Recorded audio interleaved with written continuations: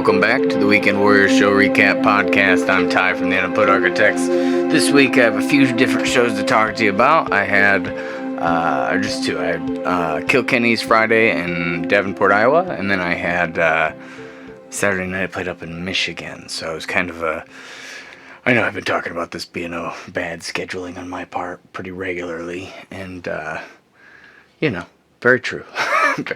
Lots of driving in the car, so it wasn't, wouldn't say it was the most ideal necessarily, but, it was shows. I needed to have shows, and those were the ones that were open, so I can't really complain too hard about anything, even though it was a lot of time in the car, but it's kind of the way it goes, I guess. But anyway, it was, so for night one, I left at pretty early. It was I want to say 5:30.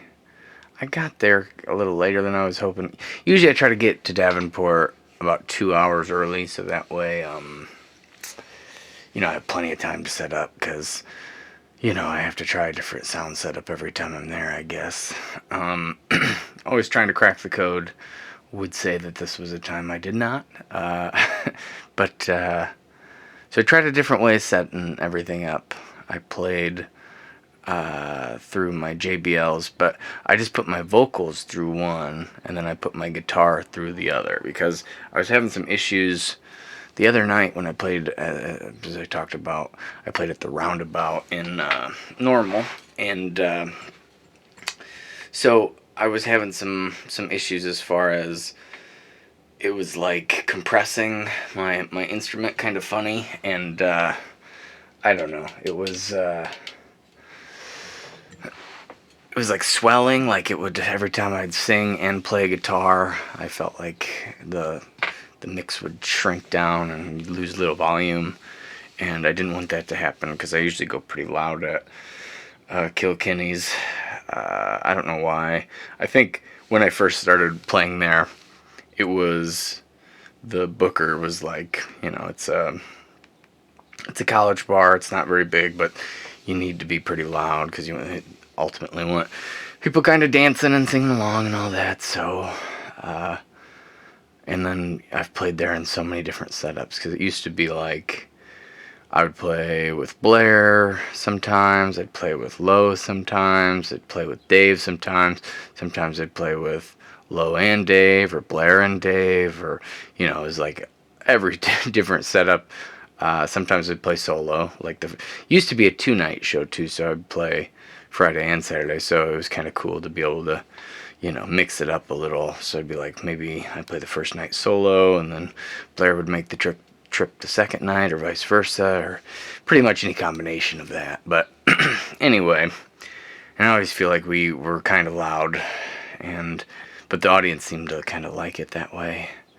And it's not a very big bar, so I don't really know why we kind of swing that way, but it's easy in that room for some reason just to get kind of lost in the background. And if I was just playing acoustic, that'd be one thing, because I think that's more what they would want, but I'm doing the one-man bands. I'm trying to be the party patrol, I guess, trying to keep everybody moving and having a good time and all of that. And so yeah, what I did, I think that messed everything up for this one, was I put my vocal on the JBL kind of high up, and then I put my guitar, I only had one stack, so my guitar was here, my vocal was here, and I didn't use any monitors, and I don't know, it was it sounded fine. It was just a struggle to sound fine, so I had to really focus on every song, and it just wasn't an easy, relaxed show,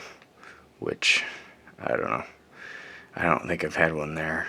I might have had one, but out of, I think the 4 I've had, I've probably had one kind of decent one, and everything else is always a little weird, just sound-wise. But, it's I have had people up and dancing at a time, and for me, I think a lot of times when this happens and I'm not feeling super confident, I end up playing a lot of cover songs, and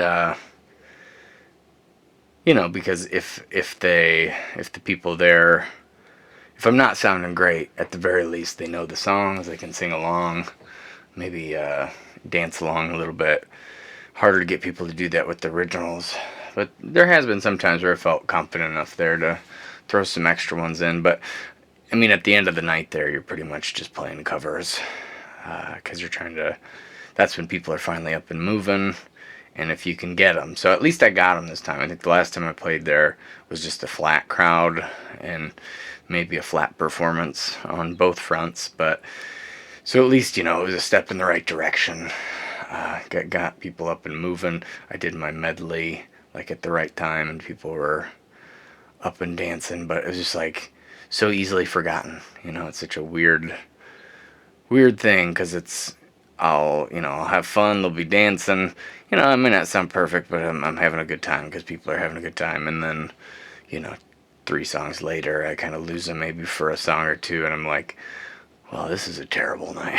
it's funny that that's how my mind works. It's really ultimately, yeah, very silly because I've talked, I know, but I've how you compare every show to your very best show that you've ever had, and obviously every show is not going to be there. You want it to be there. It might not even be that much worse than your best show ever, but you're still comparing it to that, that ultimate ideal. So sometimes it's hard to, I don't know. I felt like after that show, it's like, should I even be a musician? Sometimes that thought rolls through my head, and then so the next night in Michigan, I had the complete turnaround feeling. It was like firing on all cylinders. I think the setup helped. Also, it's just a giant room, so it's easy to not be too loud.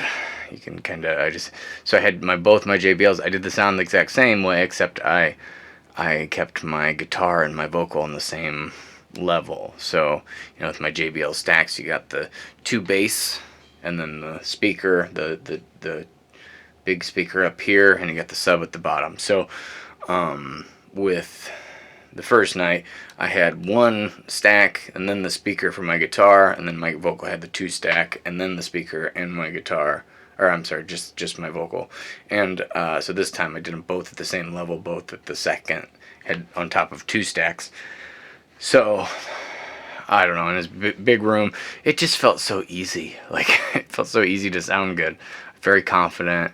I traveled, 3 hours to play there, and I don't know, it just felt good all around, and I needed it. After the night before, I felt like, maybe this wasn't, I don't know what I was thinking, but I know I've been here many times before where, you're only as good as your last show. So my last show was good, but that Saturday one, I was a little bit nervous because I was like, should I do the sound similarly, or should I just do it how I did the last time I was there? Which that's kind of, a lot of convoluted extra plugs and stuff. So I was just like, I'm just going to give it a try one more time. And I had some fail safes. I put up a monitor just in case, I needed it, but I didn't. And really sounded pretty good all night. And there was a funny point where I was playing Folsom. I was playing a bunch of Johnny Cash songs. I do like a 3-song Johnny Cash medley, but it took me about half a song to realize I was on a capo fret 2 instead of 3, so I was 1 off, and then I had to do some in real-time mental math, and that felt kind of bad. But once I kind of got through that first song, it was fine. But it was just that was like the momentary lapse of the whole evening. Really, everything else was pretty good.